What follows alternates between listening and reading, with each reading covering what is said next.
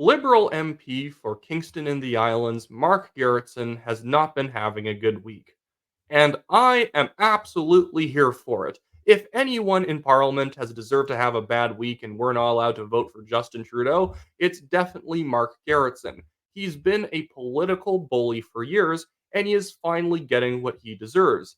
At the start of this week, he had to apologize and pay $1,000 to a food bank for spreading defamatory disinformation against Cat Canada and the Countersignal, pretending that Katrina's only engaging with him on social media because she's being paid by the Russians. What was this smear based on?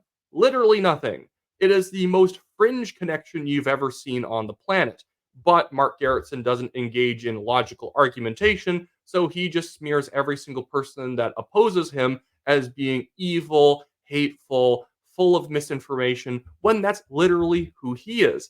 And now we have conservative MPs mocking Mark Gerretsen not only on social media for having to deliver this apology, but in Parliament itself, calling him a pathetic Twitter troll, which I think is quite brilliant. This was delivered by one of my favorite MPs, Michael Cooper. Speaker, the Liberal member for Kingston of the Islands and pathetic Twitter troll has admitted guilt to spreading disinformation.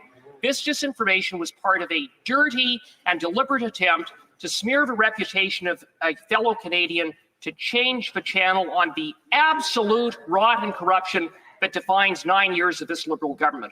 Only when legal action was taken and the member was exposed for spreading this vile disinformation did he fall to his knees and apologize. Everyone knows that the apology is fake. The member's actions are part of a broader campaign of smears and deception by a rotten, corrupt government willing to do and say anything to cling to power. The people of Kingston deserve so much better than that member, and Canadians deserve so much better than 9 years of this corrupt Liberal government. Fantastic statement from Michael Cooper. I'd also recommend you all follow the channel Canada Info. I think they did a good job posting this video clip while also adding the context of what the tweets were. But now I want to move on to some other stuff that Mark Gerretsen has done. I kind of covered this in another video, but it really exposes how fake the apology was from Mark Gerretsen. It's still posted. It must be, I believe, pinned for at least a certain length of time, whether it be a week or a month, so that everybody knows what Mark Gerretsen had to do in response to his defamatory actions. But Mark Gerretsen, the same day he apologized, still stood back up and started going after the Conservatives for supposedly being in league with the Russians. I'm going to get that on screen in just a second here. By the way, make sure to like, share, and subscribe to this channel. I know a lot of people watch these videos, but then they realize that they're not actually subscribed to me. I just did a big equipment update, if you've noticed. I had a microphone die on me, had to run to Best Buy, so now I also have better video because I end up buying a camera too, so I don't always look completely washed out. But again, the same day Mark Gerretsen apologized, he also posted this clip of him speaking in Parliament. Mr. Speaker, earlier this month, the U.S. Department of Justice revealed that Russia is funneling money to conservative media figures to push a far-right propaganda. This is a clear threat to our democracy and Canada's national security. And yet, the leader of the Conservative Party is directing his MPs to block the Public Safety Committee's study on this real issue. I'm not going to play the whole thing. What I'm basically just going to sum this up as a giant witch hunt. What he wants to do is, and the Liberal Party in general, is that they want to push through an investigation through the Public Safety Committee so they can go after every single Conservative YouTuber, journalist, and investigate them, audit them to see if they're paid by the Russians. How many Canadians in Canada covering Canadian news are right now paid by the Russians? Zero. The whole Cat Canada connection that he tried to draw to pretend that she was a Russian agent is that she went on Lauren Southern's show. Lauren Southern tends to talk about Canada quite a bit. Lauren Southern was being paid for all this stuff through Tenant Media, which was started by Lauren Chen.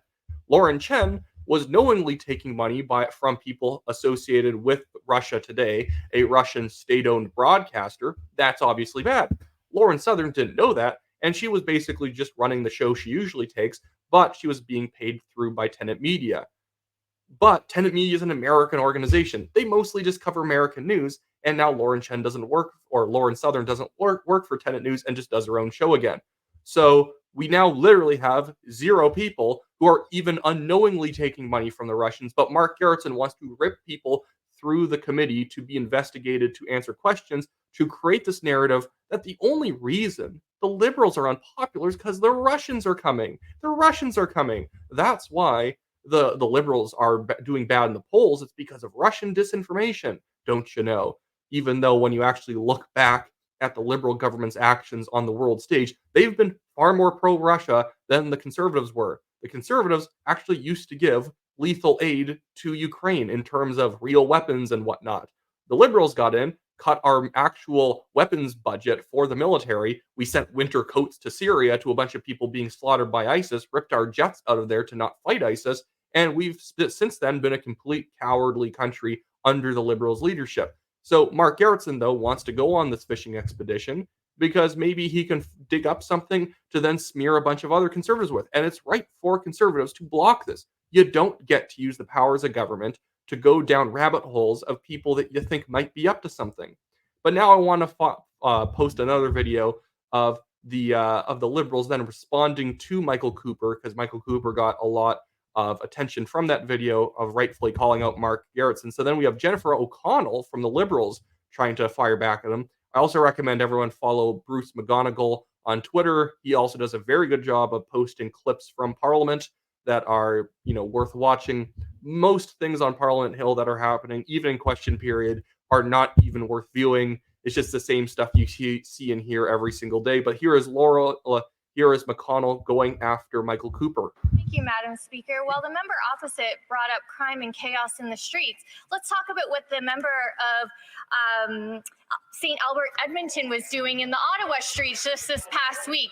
He was having cocktails and flirting with fascists who actually interrupted a Terry Fox memorial. Madam Speaker, conservatives are spending more time with those who are flying Russian flags on Parliament Hill than concerned about Canadian safety. Because again, they have to spin this narrative. So, someone else is talking there. So that they have to spin this narrative that somehow the conservatives are in league with fascists and Russians because Michael Cooper was invited out to grab a drink with some people who I guess were like protesting this Terry Fox event. And if they were doing that, they're terrible people. That's awful. Don't do that. Don't fly Russian flags. And I've seen some people in Ottawa doing that. It's just this hyper contrarian thing where the liberals are pro-Ukraine, so I'm pro-Russia. If that's how you think about that conflict, oh my goodness, please study foreign policy for a day. Just because a bad person like Justin Trudeau backs Ukraine does not then mean that Russia must be the good guy. Maybe Eastern European politics are not about the woke versus the anti-woke or the globalists versus the anti-globalists. It's a completely different world where we cannot map those kind of politics onto it. But Michael Cooper, what did he actually do here? He grabbed a drink with people who invited him out because they like Michael Cooper. Okay, I'm not sure what this has to do with anything. By the way, aren't there like 11 MPs who are associated with foreign governments currently in Parliament right now that the Liberals don't want to expose?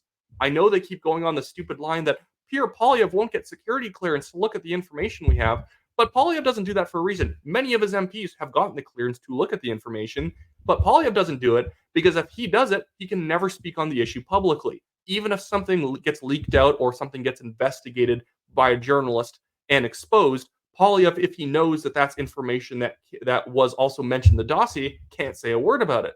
And so the Liberals are actually trying to basically coax him in to shutting himself up by not being able to actually speak on the issue. It's ridiculous. And so they want to keep going down this whole Russian rabbit hole because it allows the Liberals to excuse all their failures as not real failures, but just Russian propaganda who are making all of their big achievements seem bad. All these Canadians are just being deceived by the Russians. Guys, people can see what their bank accounts look like. They can see the crime rates. They can see how weak you've been on foreign policy. And that is what's turning Canadians off. No propaganda campaign has forced the Liberals to suck at their jobs for 9 straight years. But maybe, what do I know? Maybe I'm just a Russian asset, even though I literally donated directly to the Ukrainian military back in 22. Oh, but Wyatt's still pro-Russia for some reason, even though I've been very anti-Russia for a long time. It invaded my favorite country, Georgia, back in 2008. By the way, everyone who wants to pretend, because there are some people out there, that Russia was provoked into like invading Ukraine. Why were they provoked into invading Russia into Georgia? They weren't. They would just want Georgia. They just want the territory because that's what Russia's done for literally 600 straight years. Take over other people's territory. Anyways, that's it for me today, guys. I'll see you later. Hopefully this audio and video quality upgrade is has been worth it for you and you've noticed it. And if you have, maybe donate to the legal fund. It helps me reduce the cost of upgrading all this tech. It's all very annoying to have to do, but keep watching the show. Like, share, subscribe, recommend the show to your friends, and I'll see you guys next time.